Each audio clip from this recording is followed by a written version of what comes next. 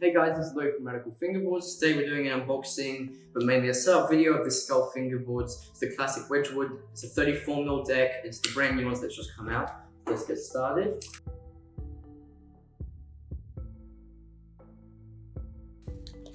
So inside a complete fingerboard, you get your sheet of tape, just the white back sheet of tape. But then here I've got the fingerboard. I don't know if you can see it very well, but I might get some clips later of it. Here's the top. It's a zebra top ply. Looks like this. Really nice. I like this board. It's got the low concave. It's really hard to see on camera, but it's a bit like this. And you also get a Skull Fingerboard sticker sheet. And obviously the trucks and wheels that make it a complete in this little bag that comes out. Alright, here we go. Alright, so now I'm going to set up the board, quick, not too long, just a quick tutorial on how to set up your fingerboard. So do not do as I do, but put all your little parts in a bowl of some sort so you do not lose them. Then, the way I like to do it is I've got a screwdriver, which makes it a lot easier. But if not, you can use the included tool like this. You still need one of these even if you have a screwdriver. And for the screwdriver, in Australia at least, it's a Phillips 00, so it's a very small size screwdriver.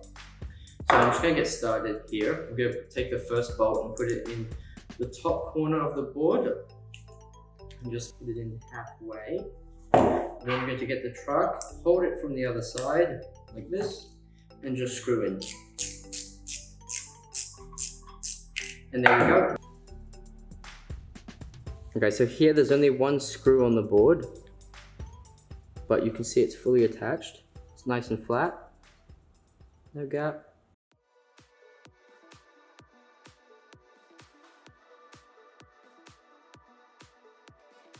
So now that you've got one screw in, let's put the other screw in on the diagonal. So I'm just going to quickly put that in. Yep, making it flush just to make sure. Try not to strip the screws like I was just doing. I might put a time lapse here because you get the point. You just put all the 4 screws in and then repeat for the other truck. Another thing I'd like to preface maybe before I start the time lapse is that right now I'm setting up the board for the screws to go on first and then tape on top.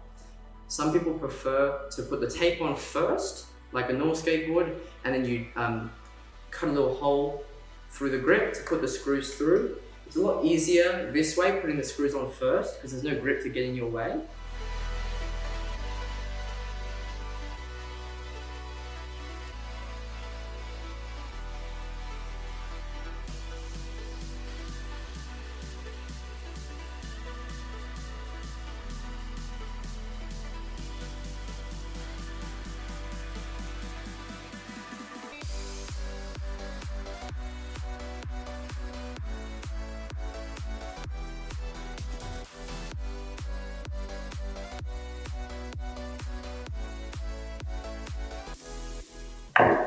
Alright, so now I've got all 4 screws in the board. The trucks are on nice and flush, no gap between the board and the trucks.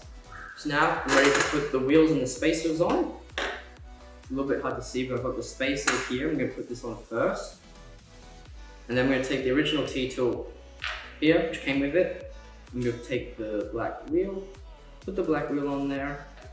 And then the best way I like to do it is take the nut, you put it in the tool, so it's inside the tool, and you go up and you just screw that in. And you want to make sure it's not too tight. You want to be able to make sure the wheel is still spinning freely. So now I think I'll put it back in time lapse.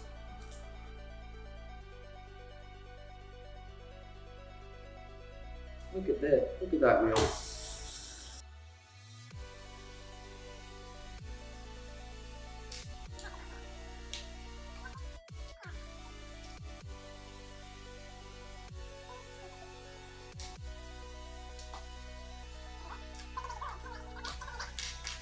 Go for it. It's really difficult with no grip. Alright, so now I'm going to take the grip. What I'm going to do is I'm not going to do any cutouts or anything fancy. I'm just going to stick it on like a plain sheet. So I've peeled it off and I'm going to line it up. So I'm going to move it because I cannot see anywhere it was.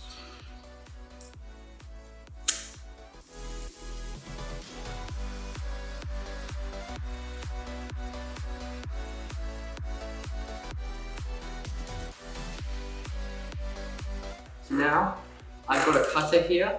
I've got the sharp end of the blade. You can also use scissors. Scissors you can use, don't use the sharp edge of the scissors, use the outer edge, so don't actually open them, just use the scissors and score. So what we're going to do here, I'm going to score like this, along the side of the board, but really fast, and nice long stretch like this. And you want to keep it slightly angled as you're going along and using the sharp edge without cutting yourself. So I'm going to do the other side.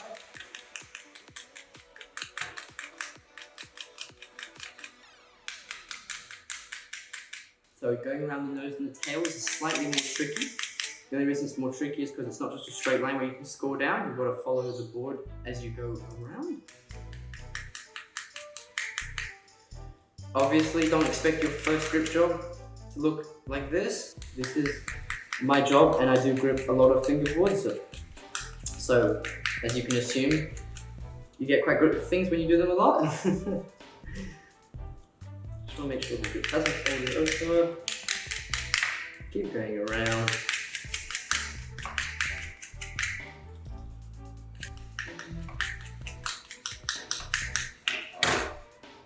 There.